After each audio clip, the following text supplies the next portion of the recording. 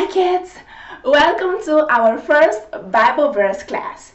In this class, I will be teaching you some very important Bible verses. For our first class, we will be learning about Matthew chapter 28 verse 20. Okay, repeat it with me. Matthew chapter 28 verse 20. And it goes something like this.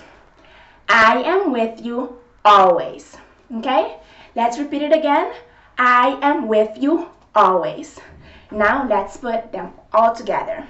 Matthew chapter 28 verse 20 says, I am with you always.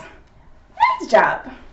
Okay, actually in this verse, it's not me that's talking, but Jesus. Jesus is telling each and every one of us that He will be with us forever. Now, let's make it a little bit more fun and put some hand movements with it, okay? So, when we say I, we'll go like this, okay? So, I am with you always, okay? Let's try it again. I am with you, and when you go you like make a little movement like this. Always, okay, last time.